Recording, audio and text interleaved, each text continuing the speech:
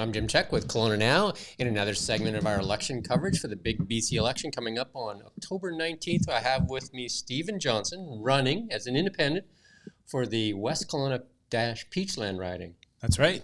Good to be here, Jim. So you were running for the BC United Party. Yep. And then Kevin Falcon made that decision that day. And then supposedly there was an amalgamation, but then things just kind of didn't really like. I still think it's a lot of gray out there, isn't there? Or? Yeah, there's a lot of gray. I mean, we were blindsided by that as candidates. We didn't see it coming. I found out when you all did. We watched the press conference live at the same time as the rest of BC. And, I had a lot of hope. I was like, hey, if they're actually going to build the best team to defeat the NDP, then here we go. John's been handed the golden goose on the silver platter. We'll just sit back and wait for the results and see what happens. I was fully expecting to get a tap on the shoulders. I was surprised it didn't. I mean, just from myself, just because of your, you served in West Kelowna City, West Kelowna. Mm-hmm. This is your second term. Yep. So you're definitely, you're well known in that area, right? You've already served, right? So, I mean, lots of times experience matters, right? So. Yes, I think experience does matter. So I've kind of got a bit of a history with that too. So in 2014, it's actually been a decade since I ran for mayor of West Kelowna. You'll be mayor one day for sure. Yeah. Okay. So I ran in 2014 and I had a platform, just a positive forward facing, vision for the community that I thought was maybe different than what was happening at the time.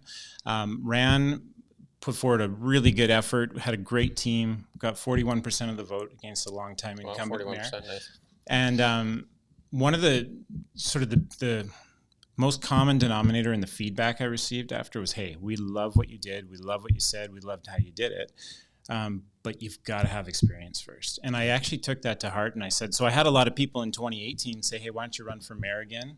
Like, you'll get in this time for sure. And I said, no, there was people who gave that feedback saying, let's get the experience first. And so I ran for council. And I think that same thing applies to a provincial election. You should be looking to elect the best representative in your community that has the experience that they need.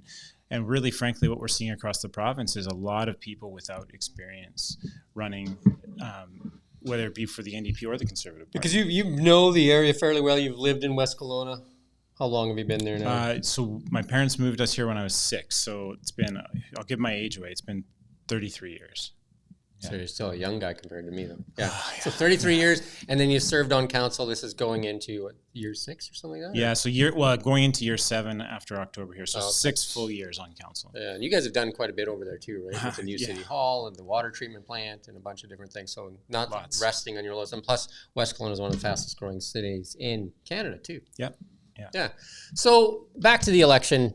What are the key issues, do you think, in the election? Like, if you had to pick 5 things that we need to fix. Oh my gosh, only 5? 10, I don't know. Okay, so healthcare is huge. Affordability, housing, cost of living. The way we handle our natural resource management, especially forest management practices. The economy, public health and safety. The mental health crisis and addictions. There's just so many issues things there, that are affecting British Columbians front and center too. And some people will say, well, some of those issues are more for the urban areas. No, it's affecting everybody across the board. Forestry is a big one, especially for us living in the Okanagan. Wildfire being the other side of that. The forestry industry, speaking with Kevin Falcon in the past and with John Rustad and with an executive from a forest company. Mm. They're saying it's tragic, shambles, and in disarray. We've lost, in our second largest industry, we've lost up to 20,000 jobs recently. Canfor continues to close mills. AP Planer closes mills. It decimates small rural communities. But on the other side of that, it's also hurting us in terms of wildfire because, some of the companies have said that if they could get in there and log more, we would have younger forests and less fires. And even I interviewed Premier Eby, and he had said, too, that they need to do a better job and they need to listen to the forestry companies. But they've had that ability for 7 years to listen to the forest companies, and the forest companies seem to be very frustrated. Yeah, absolutely. So in July, I put together a roundtable when Kevin was here. I brought a registered professional forester, Murray Wilson, in. I brought Nick Arkle from Gorman's. Right. Rick Madison was there. We had logging industry, mining. We had everybody represented to say, hey, this is a holistic conversation, and forest management practices directly do have an impact on wildfire management as well in response. And so we have forests that are not being logged. And really what happens is we're not looking at protecting these lodgepole pine species forests in perpetuity. They decay from 80 to 110 years. And when they do, they're either getting, pine beetle, they're blowing over, or they're just burning because they're ladder fuel on the forest floor. And so we do need to reduce the age and density of our forests, which helps support our forestry the logging industry as well. Well, So I mean, we did mills. lose how many homes did we lose in the fire? 160, something like that. It's almost a couple hundred on the west side. Yeah, in that fire, right? And again, if that had been thinned and put in deciduous trees and there'd been some wildfire mitigation, it would probably been a lot less. Well, there's a whole, like forest management practices, there's a whole slate of experts who have wonderful ideas on how we can manage our forests more sustainably into the future. And that is a natural resource that is renewable, and it's set up for us to be able to have access to it. Like I say, if you're not going to harvest them, they're going to blow over, they're going to die, they're going to burn eventually. How isn't forestry like a bigger topic from all the parties? How isn't, like, I know they talk about it, but the NDP don't seem to talk about it too much. It's not even in their jobs plan, really. How is it ignored when it causes, we talk about climate change as one of our number one issues, yet the forest fires contribute most of our carbon emissions, yet we don't talk about forest management. Way more than most. Yeah. So how do we continue to ignore forest management? And, when you have companies like Canfor, which was born in BC, like it was, started here, and it basically doesn't want to, it's closing most of its operations. Yeah. Well, I mean, look at the west side. One of our most significant employers historically to this day is Gorman's Lumber, right? Yeah. So mills are very important to the ecosystem of British Columbia, and specifically in this region. And I don't know how it's not more of a topic of conversation. Like when you say that the emissions from wildfire is more than the emissions we put out as a province, it like tenfold, like it dwarfs what we do for greenhouse gas emissions through industry. So we need to take it seriously. There used to be a principle in BC wildfire. It was called the 10 a.m. principle. So you would try to put out, I think it's like between 85 and 90% of fires by 10 a.m. the next day. Mm-hmm. Because if you don't put a fire out early, I mean, the chances of you having it under control are very low. And we have to just diversify the way we look at wildfire management and forest management practices so that we can have a more sustainable future. One of the big questions that a lot of people would have for independents that are running, because there's quite a few running here in the Okanagan, is even if you do win, how do you represent the area as an independent? Like, will you be effective as an independent?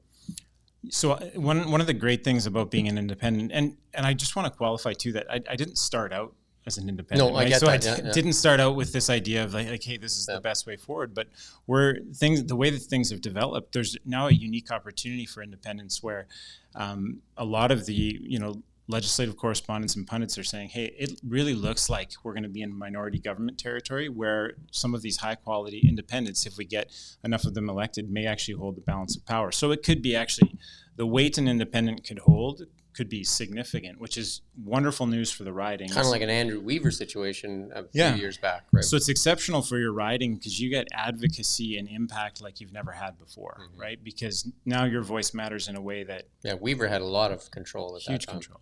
Yeah, it was sort of the tail wagging the dog is what they say. Right, yeah. And no different than right now federally with the NDP, Jagmeet Singh, with the Liberals, always with that confidence and supply agreement, right? So. Yeah, it's not uncommon to see this need for a coalition, in a minority government. And I think clearly like the sentiment out there when I'm at doors or just, even looking at polls from this week, like the Conservatives haven't pulled ahead of the NDP as a result of this capitulation by Kevin Falcon, right? Which is actually surprising. Well, it's not surprising to me because John didn't do what he said he was going to do, which was build that strongest team, right? So the NDP have had the wheel for 7 years. David Eby has never won an election as the premier. He was appointed the premier when John Horgan stepped down. John Horgan, a very popular premier at the time. David Eby has to prove that he can govern. They're asking British Columbians for another 4 years, but you talk to a lot of British Columbians in the poll show that a lot of people are very unsatisfied with the current situation with high cost of goods, the carbon tax, inflation, housing, all those things. Do you think the NDP should be trusted? Obviously you don't, but with another 4 years. And what do you think they've done well? Because, I mean, people can point to a lot of things that they haven't done well. Is there anything that they've done well? Yeah. So here's what I've always thought. So since I started, I've always voted in every provincial, federal, municipal election. I kind of grew up in a home where my parents said, like, this is part of your democratic duty, like, to society. And I've always thought, well, why is it always that we're demonizing one side and then saying everything's good over here now, and then 10 years later when we want to switch, now everything they're doing is bad. Right. So why can we not have a leader who shows up and says a good idea is a good idea, and we'll give credit for that? And so I guess it's really hard to pick a few with the NDP, because I do feel like they've just run this province into the ground. But so $10 a day childcare, it's not a bad idea, because we need to have safe, reliable childcare for our young kids, because parents are having to work now. You're dual income. But is that not a federal program though? Well, this is provincial, right? So there's federal components, but this is a provincial program. So right now, only 18% of families have access to $10 a day childcare. So maybe there's a need to look at that and say, how do we make sure quality childcare is available for people that need it across the board?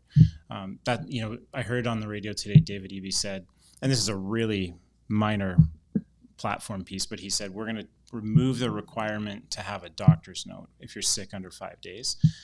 Now, that makes total sense. So there's something like I think anyone because we're just pushing people in to get a note from a doctor, which is kind of like really taxing the system unnecessarily. Well, and you wake up sick as a dog tomorrow, Jim. You don't want to drag your butt out of bed and go to the doctor to get a note. Just for a nuisance note, right? No. So there you go. There's a good example of ways that you can say, hey, people can have good ideas, so let's respect a good idea for a good idea. And if you have an employee that you don't trust for the doctors, then you probably shouldn't have him as an employee. Yeah, do you know what I mean? I mean, that's the basic of it, right? Like, if you think that guy's, because you get 5 sick days a year, and if it irritates you that they're taking those days off and you don't think they're actually sick, then you probably don't want them as an employee. Yeah, right? Fair enough. I mean, I think that's the common sense part of it. So it's kind of like silly in that regard. Mm-hmm. Carbon tax. He seemed to be a very big proponent of it, even when Pierre Poilievre was pushing forward against, and he was like pushed back really hard. But all of a sudden, as we near an election, he's kind of flipped on it. I did interview Sonia Furstenau, the leader of the Green Party too, and she wants it revamped so that it punishes the wellhead as opposed to the consumer at the pump. And now even David Eby said he'll pull it off if Poilievre wins. So everybody seems to have backtracked on that carbon tax. Where do you sit with that? Well, I mean, I've not been for it the whole campaign. Like we kind of have said, and I differed with the BC United Party on this. So where we had said we would remove it if Pierre did. Right. I'm more of the idea that if we think it's a harmful tax that's punishing British Columbians unfairly, just get rid of it. And then, have Justin come collect it if that's what he wants. So 98% of our electricity that we generate is already coming from green sources. So British Columbia is one of the leaders in that area. So why do we continue to punish British Columbians for, a carbon tax that it doesn't make a lot of sense, because at the pump and energy, it goes into everything we do. So it's not just at the pump, right? It's, what you heat and what you eat and because we also have one of the largest countries in the world too. So a lot of transportation goes on. Absolutely. And I mean, I think too, when you punish people, we take away from the value that we bring as British Columbians as innovators and leaders, right? And so when we look at like mining applications that are being stalled right now for critical resources and minerals, so the NDP is blocking a lot of these opportunities, under this guise of environmental protection. But then we go to other nations across the globe that maybe have, terrible ethical and environmental standards, and we've kind of got the blinders up, and we're like, well, that's okay. If we purchase it somewhere else, then we don't have to worry about all the bad stuff. And I think that's not responsible either. I did an interview with an economist, same name as yours, by the way, Stephen Johnston, out of Calgary, and I've interviewed him twice. He said we have one of the worst managers running our country. We are an asset-rich country that doesn't exploit our assets for the benefit of our citizens. And he said if we had better managers, most Canadians would be very well off. And right now we're heading down a really bad road that could be very painful for a lot of Canadians. We are surviving in a province where hardworking British Columbians should thrive. So we've got to get back to thriving. Yeah, so healthcare, another big concern for the interior, especially. We see these hospital closures all over the interior, and that's like some of them have about 30 closures, emergency room. Some people are being told at the extremes to drive 400 kilometers for emergency care. Yeah. And this has been going on for the past 2 years. John Rustad and Kevin, I think, would say that the vaccine mandate played into that. Adrian Dix says it does not. But obviously the mayor in Merritt was very vocal. He had 2 doctors in Merritt that left because of the vaccine mandate. Now he can't get doctors in there. How do you fix healthcare? How do we attract people and respect our healthcare professionals more so that we're not having these, especially in the interior of British Columbia, as opposed to Lower Mainland where they're not having as many issues as we are? Yeah, I think, we start with the idea of hiring back the healthcare workers, which has become more challenging than people maybe had thought, because a lot of these people have gone on to either other provinces, or they've moved out of country, or they've said, hey, I've just taken on a new career and I'm done with that. I heard on the radio today, there was a doctor who had, said the healthcare system in BC is a lot like, it's a system that's made of Scotch tape and wet paper. And I thought, well, that's a really deflating view of the healthcare system. So there's a lot that needs to be done. And I don't profess to be a healthcare expert, but I know that we have really exceptional people. In the BC United Party, we had 3 doctors running who had a strong passion and vision for what healthcare could be and how it could be reformed here in BC. And I think it's really about primary care and connecting people to doctors. Like if just like you would, if you moved to a new community and you wanted your child to go to school, actually Michael Humer was using this analogy, like you just know that they can get into grade 3 at whatever school, right? Mm-hmm. But here, and the same should be with a doctor. If you come to a community, you need a doctor, you should be able to attach to a doctor, but we just don't have that opportunity. So the NDP and the Conservatives are trotting out inducements, I guess you could say. John Rustad put out a policy yesterday that he said they're just going to do up to $3,000 of rent and mortgage credit on your tax return. That will be like staggered as it's implemented. Kevin Falcon, before he made that decision, had said $50,000 of income would not be taxable provincially. These are provincial taxes. How do you kind of compete with that when, like the NDP are throwing inducements out, the Conservatives throwing inducements out, and obviously you can advocate for stuff, but you can't promise anything being an independent, right? Yeah. So, I think that the Conservatives' platform on this, geared to rent or mortgage, however they're rolling that credit, out. Yeah, tax credit. Yeah. I think it's just a little bit more convoluted. I really think that personal tax exemption threshold, raising it is probably the way to go about it more conveniently, because it applies to everybody, right? So a lot of the times with minimum wage, one of the things that I see and hear from small businesses, and I agree with this frustration, is as you raise minimum wage, if you really care about keeping more money in the lower income earners' pockets, you should raise the personal income tax threshold, because then what you're doing is allowing them to keep most or all of that income, right? Because all you're doing and that kind of ties into what Kevin was doing at that time. That's right. Yeah. So like when you raise minimum wage all the time, it's sort of like a backhanded tax increase if you think about it, a tax grab from the province. So when you do a minimum wage jump, they're getting taxed more on that income, and therefore, like on the back end, the province is actually profiting from it a little more. So if you really care about keeping more money in people's pockets, you raise that lower income.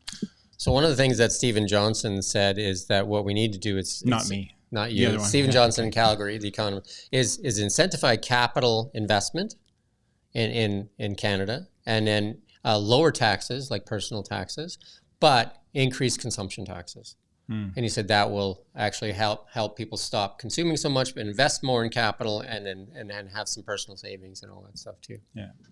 Right. So I mean that was one way. You're going to if you win, you're going to advocate for West Kelowna and Peachland, the Okanagan in general, I guess, because what's on one side of the bridge is on the other side of the bridge. What are the key issues for you for the Okanagan? So I'll focus on my riding, as for this question. I mean, in West Kelowna, we are strategically underserved with seniors housing and low-income housing. So, I mean, proportionate to, say, a Vernon or Penticton of similar size, we have thousands less units available for those two brackets, and we need more investment in that. As far as infrastructure goes, and this would be Peachland, West Kelowna, West Bank First Nations, and Northwest Side, we are all aging in our infrastructure and really have insufficient reserves and opportunity to kind of keep up with that demand. I look out West Side Road, and I mean, West Side Road is, if you've driven on it, it's one of the most dangerous roads. I used to ride my motorcycle, and every time I was just like, you get off it, your heart's going Yeah. I actually stopped riding. Yeah, it's great. So I was out there on the weekend. I spent the day out there on Saturday with a bunch of the community, and you're looking at the crack filling program that they have Mm-hmm. in the asphalt. And I mean, what they're doing is they're putting this stuff down that is, you step on it and it moves. Like it's rubbery, it's flexible. And then when you drive your vehicle on it, especially a motorcycle, you kind of, it's almost like you're on ice, right? It slips a bit. And so the roads are in incredible disrepair. Upper Trepanier has no pavement on it. So it's still a dirt road with hundreds of homes, people living there.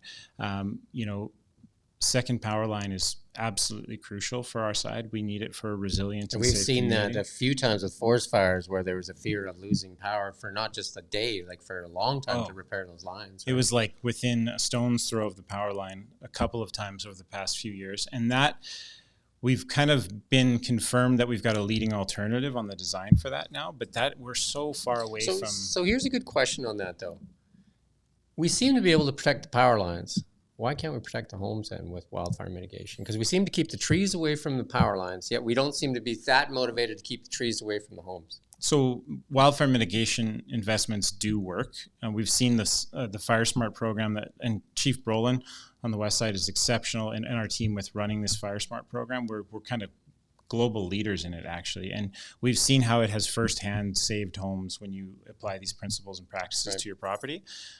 We do everything we can with wildfire mitigation in West Kelowna. Annually, we apply for the Fire Smart grants, the Community Resiliency Infrastructure Grant, I think it's called. And but we've asked for, one of the things we asked for at UBCM last week was long-term funding, so 5-year long-range funding, and up to $1 million instead of 200 or 250,000 that we're getting now. So we do need to expand those efforts because it does work. It's just having money and resources to do it. Right, and a lot of that comes from provincial and federal. Yeah. Right, and like a matching kind of thing. Yeah, and so we do invest our own money as well as a municipality in that, especially for local parks. Right. But yeah, all of the crown lands adjacent to West Kelowna or any communities that interface wildfire areas, they need to have proper mitigation. So is there any other issues in West Kelowna, Peachland that senior housing, the wildfire stuff, is there anything else that you'd advocate for? And infrastructure you talked about? And the deficient infrastructure is such a huge problem. Yeah. Like it is significant to say the least. You know, as far as like community planning goes too, I think Bill 44 has went too far in giving the province, you know, too great a control over the community planning that we see. So, you know, this idea of they call them the SHMU, like the small scale, or what does it stand for now? Small scale multi-unit housing. Right. So they basically took away, like the cities had their own kind of like zoning. We had our own zoning. We had official community plans that said, here's how we want to grow. So what this has done is disproportionately allow density in areas that we're not prepared to have it, right? So it's actually putting... So that's like water lines, all that kind of stuff. Water, sewer power. It's putting negative pressure on our infrastructure in areas that we're not prepared to grow and densify. So we need that to be overhauled to give greater control back to the municipality, but we still need to press municipalities for greater impact on their It seems output, like the NDP, like for 7 years, a lot of inaction on housing, and all of a sudden it turns into this national, I think Polyev has highlighted it it turns into a national issue, and they brought out a hammer and just started kind of like smashing things like, you know, the OCP plans and stuff like that, and also like the Airbnb policies. Yeah. So housing in like short-term rentals and long-term rentals is a huge thing. So this is one policy piece that I had submitted to the BC United Party was, what I believe we need to do is restore the property rights of homeowners. So if you live in your own home and it's your primary residence, you should be able to do a short-term rental. That's just, and I do think there needs to be accountability where you live in the home. Now, if we want more long-term rental housing, which a lot of councils will say this is part of our housing strategy, is that you might decide to put a long-term unit in your home. I think that's kind of crazy that we claim the success of that, because that's really up to you as the homeowner. But one of the things that's preventing that from happening is a Residential Tenancy Act that's not supporting the owner enough. It's really geared heavily towards the tenant. So we need to reform the RTA to make sure that homeowners actually want to engage in that opportunity, because that's going to help bring a lot of housing units back to market in communities that are set up to support families. So a lot of people that I talk to that had the opportunity to rent their homes, they say that the Landlord-Tenant Act is so one-sided that they just don't want to deal with it. And then, is there reform that needs to happen, or insurance for people that rent their properties? Like, you know, if they can't get a tenant out and then they go without, and the property gets wrecked, and then, you know, it just becomes like almost like such a stressful thing for them. They don't want to do it anymore. Yeah, so it absolutely has to be overhauled, and you can correct it and create that balance. And it's strange to me that we haven't heard any party really talking about that yet. And I think one of the things too, if you want to drive investment back to that long-term rental building type, maybe, and I don't believe in subsidies all the time. I don't believe in just handouts all the time, but I think while we have a demand and a need for more supply of housing, you say, hey, for the next 3 years, if you put a long-term rental suite in your home, you'll collect that income tax-free. Because we've got to drive investment. That would push a lot of homes into the market, I bet. Yeah, and some people say, well, how can we afford that? Well, we're spending a ton of money on government subsidized housing right now, right? So might as well put the benefit back in the owner's pocket, right? That would incentivize that. Again, I'm a big believer in incentives versus punishments. Yeah. We're at 5 minutes left to go, so that's your 5 minutes. Your 5 minutes. So anything you want to talk about, a message that you have for your riding or the Central Okanagan in general? So for those that don't know me, again, Stephen Johnston, I'm a city councillor in West Kelowna, Peachland. I've been on council for the last 6 years. I'm also a regional district director. I stepped down in May from the RDCO just so that I could focus on the campaign, but I had been an RDCO director for 5.5 years. So as far as experience goes locally, I have been boots on the ground, immersed in the issues, understanding the heartbeat of the community for over 6 years now. 4 years prior to that, I ran for mayor of West Kelowna. So really, I've been involved in local governance for over a decade now. And as a result of coming out of that mayoral election in 2014, I was, the vice chair of the West Kelowna Economic Development Committee. I was the inaugural president of the West Kelowna Shelter Society. I was on the Ministry of Transportation Committee for the Second Corridor Crossing Study. So I've really been involved in the local and provincial issues for over a decade now. I'm a West Kelowna boy, grew up in Rose Valley across the bridge, went to Rose Valley Elementary, graduated high school from Bushry. My senior high year, the Bushry and Pringle high schools merged. That's where I met my wife. So we're high school sweethearts. We've been married for 19 years, raised our wonderful kids in our community, and we're just so proud to call I'll call it the West Side home. So that was what we always knew it as a kid. We weren't West Kelowna then. So I've been in the community a long time. I've been, involved in the local government or local governance for over a decade now. And I would be honored to support our community and advocate for you as your voice in Victoria this fall. Thank you for sharing that, and thank you for the interview. You're always very gracious with your time. You're always very generous and open as well, right? And thanks, Jim. And if you do win, we hope that what we'd like to see is a trend of accountability, right? Where people actually will take questions and answer questions, right? I think that's what we need. I want to talk to that real quick. Sure. So one of the things that I believe we all have a responsibility to do, if you are fortunate enough to be in a riding that has a high caliber independent candidate, you really have the freedom to exercise your democratic choice, to research your candidates and choose the candidate that best represents not only you, but the riding. And that is really important. It's so important to get to know your candidates. So please be willing to do the research. For me, you can go on stephen-johnston.com. You can check out sort of my vision, values, the policy pieces that I have out there. There's going to be videos on there. Follow me on social media. It's at SJWestK.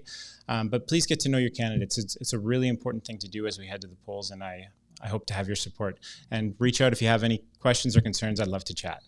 And most of all, everybody should exercise their vote, their right to vote. And if you have youngsters in your household, make sure they get out there and understand the issues too. KelownaNow is going to do a video with all candidates are willing to do interviews, and Kent's doing 5-minute interviews. I'm doing 30-minute interviews. Have them watch the interviews, get to know the candidate like you just did right now, and then you can ask questions. You can reach out to Stephen directly, and the best thing to do is get to know who you're voting for, right, as opposed to just the party, right? So it's because they're the ones that represent you in the community. They're the ones you see at the grocery store. That's right. Yeah. You've got access to me, for sure. Accountability. And we thank you for watching KelownaNow. We don't just report the news. We live here too. We're your neighbors, bringing you stories that matter to all of us. No government funding, no outside influence. KelownaNow, local, independent. News you can trust.